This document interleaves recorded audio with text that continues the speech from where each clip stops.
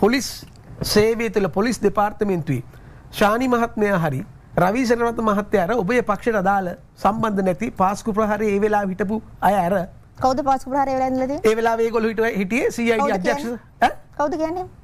කවුද කියන්නේ? ඔබතුමා ඔබතුමානේ කියන්නේ කවුද කියන්නේ එහෙම? ඒ වෙලාවේ කවුද හිටියේ CID? නෑ මට කියන්නකෝ ශානි අබේසේකර මහත්මයාට හෝ රවී සේනාරත්න මහත්මයාට විරුද්ධව මහත්මයා මං අහන ප්‍රශ්න උත්තර දෙන්න. ශානි අබේසේකර මහත්මයාට හෝ රවී සේනාරත්න මහත්මයාට විරුද්ධව පාස්කු ප්‍රහාරය සම්බන්ධයෙන් කොහෙද චෝදනාවක් තියෙන්නේ කියලා? ඒ දෙන්නාට චෝදනාව බලන්න 441 2024 ඒගොල්ලෝ කියලා මූලික අයිතිවාසිකම් නඩුවක් දානවා CID එකෙන් අත්අඩංගු ගන්න එපා කියලා. කොහෙද දෙන්නව චෝදනාව තියෙන්නේ කියලා කියන්නකෝ. ඒ දෙන්න කොයි දෙන්න කොයිද හිටියේ පාස්කු ප්‍රහාරය වෙලාවේ ඒගොල්ලෝ හිටියේ. නිකම් මේ ඔබතුමා කියන දේවල් මිනිස්සුන්ට චෝදනාවක් කියලා කියන්නේ. පාස්කු ප්‍රහාරය වෙලාවේ රටේ ජනාධිපතිව රටේ අගමැතිව රාජ්‍ය ආරක්ෂක ලේකම්වරයාව චෝදනාවක් ලක් කරන්න පුළුවන් නම් පාස්කු ප්‍රහාරයේ හිටපු CID අධ්‍යක්ෂකවරයාව සහ පාස්කු ප්‍රහාරයේ CID DIG වරයාව එහිදී චෝදනාවක් ලක් වෙන්න පුළුවන්. ඊට අමතරව CID එකේ මගේ වෙලාවට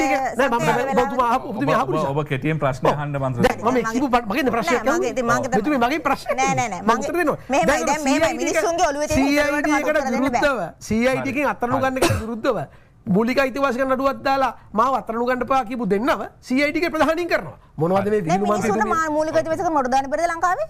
ඒක තමයි මම කියන්නේ. ඉතින් ප්‍රශ්නේ තියෙන්නේ. ඉතින් එහෙම මොකද කියවන විකාර. එහෙම පත් කරපු දෙන්නෙක් මේ බලන්න මේ කියන කතන්දරේ මේ රටේ මෙතුමා ඉඳගෙන මේ මොකද්ද කියව හැල්ල බලන්නකො. මේ සාකච්ඡා කරන්නේ. මේ අපි අහුව පොඩි ප්‍රශ්නයක්. මම ඒ සුළු ප්‍රශ්නයක්. මේ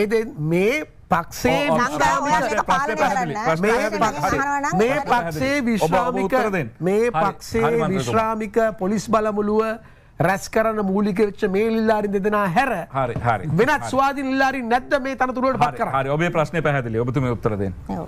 පළවෙනි කාරණය තමයි අන්ත දූෂිත දේශපාලන පක්ෂ සහ අන්ත දූෂිත දේශපාලඥයන් විසින් අවංක නිලධාරීන්ට විරුද්ධව නගන චෝදනා වලට එරෙහිව පෙනී සිටින එක තමයි ජාතික ජනබලවේගයේ කාර්යභාරය.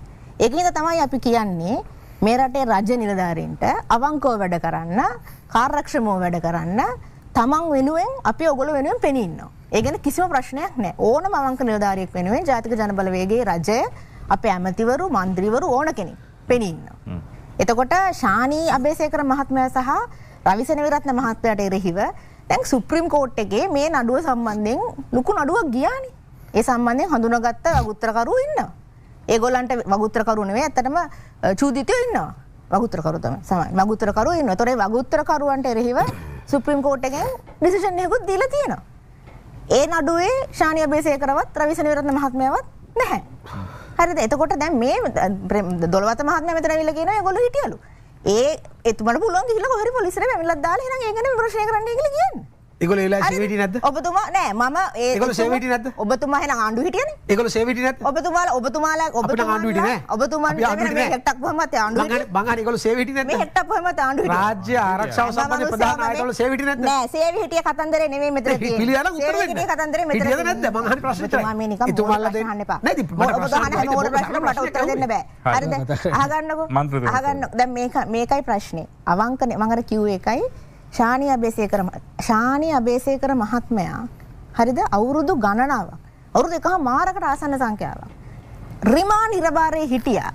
මෙතුමන්ලගේ රජය 2020 පත් වෙච්ච 2019 පත් වෙච්ච ගමන් කරපු පළවෙනි කාර්යභාරයක් තමයි ශානි අබේසේකර මහත්මයාව රිමාන්ඩ් කරපු එක. අන්න දේශපාලන පරිගණි. ඒව තමයි දේශපාලන පරිගණි. කිසිම හේතුවක් නැතුව. අවුරුද්දකමාරක් හිටියා. දැන් මෙතනම ඒ රජයේම නියෝජිතයෙක් ඇවිල්ලා. දැන් හැබැයි එතන අයිත් කරන්න පුළුවන් රිමාන්ඩ් කරේ අධිකරණයෙන් නෑ රිමාන්ඩ් කරේ අධිකරණයෙන් වෙන්න පුළුවන්. රිමාන්ඩ් කරේ අධිකරණයෙන් වෙන්න පුළුවන්. මෙහෙමයි සංකා අපි මැරිලා ඉපදිච්ච මිනිස්සු නම් අපි දේශපාලනේ මෙහෙම කතා කරන එක හරි. අපි මැරිලා ඉපදිච්ච මිනිස්සු නම් අපි දේශපාලනේ මෙහෙම කතා කරන එක හරි. මම පුද්ගලිකවත් අපේ පක්ෂ කවුරුවක්වත් මම හිතනවා සංකත් මැරිලා ඉපදිච්ච මිනිස්සු නෙමෙයි කියලා. අපි එහෙනම් දේශපාලන විවෘතව කතා කරමු. හරිද? අපේ රටේ රජයේ නිලධාරීන්ට තමන්ගේ කාර්යභාරය ඉෂ්ට කරගෙන දැන් අද වෙනකොට නඩු කීයක ලේකම්වරු පැටලෙලා ඉන්නවද? රජයේ ලේකම්වරු පැටලෙලා ඉන්නවද? ඒ ලේකම්වරු මොනවද කියන්නේ? දැන් අර ආගමන යුගමන පාලක මහත්මයා මොකද්ද කිව්වේ? හරි තමන් දැන වැරදි කර බවට පිළිගන්න අද ඒ ලේකම්වරුන්ට සිද්ධ වෙලා තියෙනවා. මේ රටේ තිබුණේ මොන වගේ පාලනයක්ද? මේ රටේ වංශා දූෂණය හින්දා මේ රටට වෙච්ච හානිය අගතිය අපි අන්තිමට 2022 අප්‍රේල් මාසේ බංකොලොත් භාවය ප්‍රකාශ කරපු රටක්. අමතක කරන්න එපා මේවා. මේ රටේ වංචා දූෂණ ගැන මිනිස්සු කතා කරන්නේ. මේ රටේ වංචා දූෂණ නවත්තන්න මිනිස්සු උනන්දු වෙන්නේ. පාලකයින්ව වග කිරීමට මිනිස්සු උනන්දු වෙන්නේ. නිකන් නෙවෙයි මිනිස්සුන්ට කසනට නෙවෙයි මේවා කරන්නේ. මේ රටේ ජනතාව දුක් විඳ එක හින්දා. හරිද? ඒක හින්දා මේ දේශපාලන පක්ෂ වලට සම්බන්ධ දූෂිත දේශපාලඥයන්ට ඇවිල්ලා මෙතන අවංක නිලධාරීන්ට විරුද්ධව මඩ ගහන්න අපිට තියන්නේ නැහැ. ශානි වබ්බේසේකර මහත්මයා හෝ එහෙම නැත්නම් රවිසන විරත්න මහත්මයාට විරුද්ධව නිශ්චිත චෝදනා තියෙනවා නම් කරුණා කරලා ගිහිල්ලා ඒව පොලිසියට පැමිණිලි කරන්න. ඒ සම්බන්ධව විමර්ශනය කරයි. හරිද? ඒ සදාචාර පායිතියක් නැහැ. ඔබතුමා ඉල්ලාස් කරන්න දූෂිත දේශපාලඥයෝ කියලා. ඔබතුමා ඉල්ලාස් කරගන්න ඕනේ. ඔබතුමා ඉල්ලාස් කරන්න දූෂිත දේශපාලඥයෝ කියලා. ඔබතුමා ඉල්ලාස් කරගන්න ඕනේ. ඔබතුමා කාට දූෂිතයක් කියලා කිව්වේ? කවුරුද කිව්වේ? මම මොකටද ඉල්ලාස් කරගන්නේ? හරිද? ඔබතුමා ඒ තත්ත්වයටපත් වෙන්න එපා. හරිද? දැන් ඔබතුමා කාටද? ඔබතුමා මටද මෙයාටද කිව්වේ? මෙයායි. පිස්සුද? නෑ ඒ දූෂිත දේශපාලඥයෝ එහෙම චෝදනා කරනවා කියලා කියන්න එපා. වැදගත් උත්තර දෙන්න. වැදගත් ලෙස. මෙහෙම ඊට පස්සේ අනිත් කාරණේ තමයි වැදගත් ලෙස කතා කරන්න කතාව තමයි අපි මම ආපු කාරණේ මම කියන්නේ. අපි හදාගත්ත වලකට අපි පයින්න හද. කියන්නේ මේ අපි ට්‍රැප් වෙන්න හදනවා කියන එක තමයි මේ කියන්නේ. අපි මං හිතන්නේ මෙන්න මේක තමයි මම සීරියස්ලි ගන්න පොයින්ට් එක. අපි ට්‍රැප් වෙන්න හදනවා. මොකද්ද මේ අපි හදාගත්ත ට්‍රැප් එක මේ කියන ආකාරයට? අපි හදාගත්ත ට්‍රැප් එක තමයි අපේ රටේ ජනතාවට අදහසක් දීපු එක. එහෙම නැත්නම් පොරොන්දුවක් දීපු එක. වංචා දූෂණ නැතිව මේ රට පාලනය කරන්න පුළුවන්. වංචා දූෂණ නැතිව රාජ්‍යාන්ත්‍රණයකට වැඩ කරන්නට පුළුවන්. කියලා අපි හදපු අදහස තමයි මේ අපි හදන අපේ ට්‍රැප් එක. දැන් මේකනේ කියන්නේ. රජයේ නිලධාරීන් වැඩ කරන්නේ නැහැ වංචා දූෂණ කරන්න බැරි නිසා. හරිද? අර ඒකනේ කියන්නේ පොලිසිය මැලේසියාවට ගිහලා නිකන් ආවා දැන් ඒගොල්ලෝ අහුවෙයිද නැහැ. ඒගොල්ලෝ අහුවෙන්නේ නැහැ. ඒගොල්ලෝ මොකටද අහුවෙන්නේ? ඒගොල්ලෝ කරේ නිලධාරියෙක් රාජකාරී කටයුත්තක් කළා නම් ඒක සාධාරණව පෙන්වන්නට පුළුවන් නම් තමන් පුද්ගලිකව ප්‍රතිලාභ ලැබලා නැත්තම් ඒ මොනසෙ මොකටද තමන්ගේ රාජකාරී කරපෙකට අහුවෙන්නේ? එහෙම අහුවෙන්නේ නැහැ. ඒක නෙමෙයි වංචා දූෂණ කියන්නේ. වංචා දූෂණ කියන්නේ මහජන බලය, මහජන දේපල, පුද්ගල ප්‍රතිලාභ සඳහා මහජනයාට අත් නොවන ප්‍රතිලාභයක් සඳහා තමන් භුක්ති විඳා නම් තමයි ඒක වංචා දූෂණයක් වෙන්නේ. ඒක රාජ්‍ය දේපල අභාවිතා කිරීමක් වෙන්නේ. ඒක නිසා මේ බීතිකාවක් හදන්න හොඳ නැහැ රාජ්‍ය නිලධාරියන්ට. ජනතාවට සේවය කරන එක, කාර්යක්ෂමව වැඩ කරන එක, අවංකව කැප වෙලා වැඩ කරන එක කවදා හරි තමන්ව බලපල්ලට ගෙනයි කියලා. එහෙම වෙන්නේ නැහැ. මේ ආණ්ඩුව එහෙම කරන්නේ නැහැ. එහෙම කරන්න කිසිම හේතුවක් නැහැ. අපි කරන දේ තමයි ජනතාවට අපි මොකද පොදු ජනතාවට මං කිව්වේ ඒකයි මේක සංවර්ධනයට බාධාවක්. ජපානයේ හිටපු තානාපතිතුමා ප්‍රසිද්ධියේ කිව්වා අපේ රටෙන් ආයෝජන ගලවගෙන යන්න සිද්ධ වුණා ඇමතිවරුන්ගේ වංචා දූෂණ නිසා කියලා. ජාත්‍යන්තර මූල්‍ය මුදල් කවදාකවත් නැතුව ගවර්නන්ස් ඩයග්නොස්ටික් එකක් කළා රටකට බංකොලොත් බවට පත් වුණාට පස්සේ. පළවෙනි වතාවට. මේක තමයි මේ ලංකාවේ ප්‍රෙසිඩන්ට්ස් එක. අපි ලෝකෙට දෙන ආදර්ශය. මිනිස්සු අපි ගැන දන්න විදිහ. නේද? ඒ කියන්නේ ඒක තමයි අපිට දෙන විදිහ. IMF එක ගවර්නන්ස් ඩයග්නොස්ටික් එකක් කරපු එක තමයි අපේ ඉන්ටර්නැෂනල් මේ මොනිටරි ෆයිනෑන්සිං වලට අපේ ඉන්ටර්නැෂනල් ෆයිනෑන්ෂල් ඉන්ස්ටිටියුෂන් වලට අපේ කන්ට්‍රිබියුෂන් එක මේ අපි දාගත්තේ. ඇයි ඒ තරම් වංචා දූෂණ සම්බන්ධයෙන් මේක ප්‍රසිද්ධ රටක්. දැන් මේ රටේ වංචා දූෂණ තිබ්බේ නැද්ද? මේ රටේ මිනිස්සුන්ට පිස්සුද? අපිට පිස්සුද? ඒකද මේ කියන්නේ. හරි එතකොට මේ ඒව ඔක්කොම හිතලු මේගොල්ලෝ මේ කියන දේවල් ඔක්කොම හරි. මේගොල්ලෝ මේ දැන් මේ ડોක්ටර් මහේෂිට එරෙහිව අල්ලස්හා දූෂණ කොමිසමට විරුද්ධව කම්ප්ලේන් එකක් ගිහිල්ලා තියෙනවා. ඒ සම්බන්ධව ඒ ආයතන විමර්ශනයක් කරනවා. ඒකට සාක්ෂි කැඳවනවා. විට්නස් ඉන්ටිමිඩේෂන් හකුණා නම් සාක්ෂිකාරයෙකුට විරුද්ධව මොන හරි ඒක අපි දන්නවනේ ඒකට නීතියක් තියෙනවා. මම හිතන ඔබතුමාලගේ රජමයි නීති පාස් කළේ නේද? විට්නස් ඉන්ටිමිඩේෂන් එකක් වුණොත් ඒ සම්බන්ධව නීතියක් ආරක්ෂාව සපයන පනතක් තියෙනවා. එතකොට ඒ පනතේ අනුව ඒකට නීතිය ක්‍රියාත්මක කරලා තියෙනවා. ඒකට මේ රජයේ බලපෑමක් කිසිම තැනක නැහැ. රජයට මේ දොස්තර කෙනෙක්ගේ මේ එක සිද්ධියක් සම්බන්ධයෙන් රජය තමන්ගේ රාජ්‍යාන්ත්‍රණය මෙහෙම අපිට පිස්සු නැහැ. අපි එහෙම කරන්නේ නැහැ.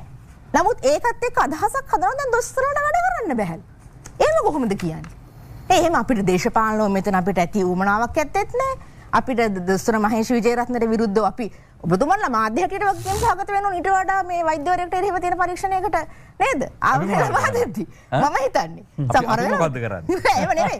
නේද? ඒ කියන්නේ විච්ඡන්ත් කියන එක පොලිටිකල් විච්ඡන්ස් තියෙන්න පුළුවන්, මීඩියා විච්ඡන්ස් තියෙන්න පුළුවන්. මම කියන්නේ ඒක නැත්නම් මේ අපි දන්නවා දැන් මේ දොස්තරලා ගැන කතා කරන මිනිස්සු වල දොස්තර ශාෆි කිසිම වැරද්දක් නොකර කිසිදු අකටයුත්තක් නොකර අම්මලා ඇවිල්ලා ළමේ දහස් ගණනින් ඇවිල්ලා කම්ප්ලේන්ට් කරන්න පටන් ගත්තා. ඒගොල්ලන්ට ප්‍රශ්නයක් තිබ්බයි කියලා. කවුද ඒව පිටිපස්සේ හිටියේ? ඒව එතකොට දේශපාලන පරිගැනීම් නෙවෙයි. ඒව දේශපාලන පරිගැනීම් නෙවෙයි. ඒව ජාතීන්ට විරුද්ධව කරපු සාපරාධී අපරාධ. එහෙම කරපු දේශපාලන පක්ෂවල නියෝජිතයෝ. එහෙම ඒවට සහාය ලබා දුන්න දේශපාලන ප්‍රවාහ තමයි මේ අපිට අද කියන්න හදනවා. අපි දේශපාලන පරිගැනීම් කරනවා. වංචා දූෂණ නිසා මේ රට වංචා දූෂණ විමර්ශනය කරන නිසා මේ රට ඉස්සරහට ගෙනියන්න බෑ. ඒ කියන්නේ මේ රාජ්‍ය නිලධාරීන්ට අදහසක් හදනවා. වංචා දූෂණ මේගොල්ලන්ගේ සිස්ටම් එක ඇතුලේ අවුරුදු ගානක මේගොල්ලෝ කරපු දේශපාලන නායකත්වයේ දීපු දේශපාලන නායකත්වයේ සහ මේගොල්ලන්ගේ ලීඩර්ෂිප් එක යටතේ මේ සිස්ටම් එක අපි කියනවා මේවට ප්‍රේරණයන් හදලා තියෙනවා තැන් වල. වංචා දූෂණය තමයි රාජ්‍ය නිලධාරියාට වැඩ කරන්න තියෙන එකම හේතුව කියන එක. කවුද ඒක ගෙනාවේ මේකට? කවුද උන් මේකට පුරුදු කළේ? කවුන්ද ඒක හැකියාවක් බවට පත් කළේ? දේශපාලඥයෝ. වෙන කවුද? වෙන කවුද ඒක කළේ? දේශපාලඥයෝ තමයි ඒක කළේ. මේ සිස්ටම් එක විනාශ කරලා, කරප්ට් කරලා අපේ රාජ්‍ය නිලධාරියාට තිබිච්ච කීර්ති නාමය නැති කරලා දාලා, අපේ රාජ්‍ය ඉහළ නිලධාරීන්ට තිබිච්ච කීර්ති නාමය නැති කරලා දාලා, ඔවුන් ජනතාව ඉදිරියේ කිසිම ක්‍රෙඩිබිලිටි එකක් නැති මිනිස්සු බවට පත් කරලා. නේද? ඒ කියන්නේ කොච්චර මේ YouTube එකේ, Instagram එකේ, TikTok එකේ, Facebook එකේ මිනිස්සු කොච්චර වීඩියෝ සරන් දානවද රාජ්‍ය නිලධාරීන් තමයි හිරිහැර ගන්න එක ගැන. ඒක ඇයි එහෙම වෙන්නේ? එහෙම වෙන්න ඕනේ නැහැ ලංකාවේ රාජ්‍ය නිලධාරීන්ට. නේද? උන් ඊටාම අඩු පහසුකම් යටතේ ඊටාම බාරදූර කාර්යයක් කරන පිරිසක් අපි ඒක දන්නවා. ඒක අපි දන්නවා. ඒක අපි රජයට මේ පත් වෙන්න ඉස්සෙල්ලත් දන්නවා. රජයේ පත් වුණාට පස්සෙත් අපි ඒක දන්නවා. අපිට අවශ්‍ය උන්ට සහයෝගය ලබා දෙන්නයි. අපිට අවශ්‍ය උන්ට නැති වෙලා තියෙන කීර්ති නාමය ලබා දෙන්නයි.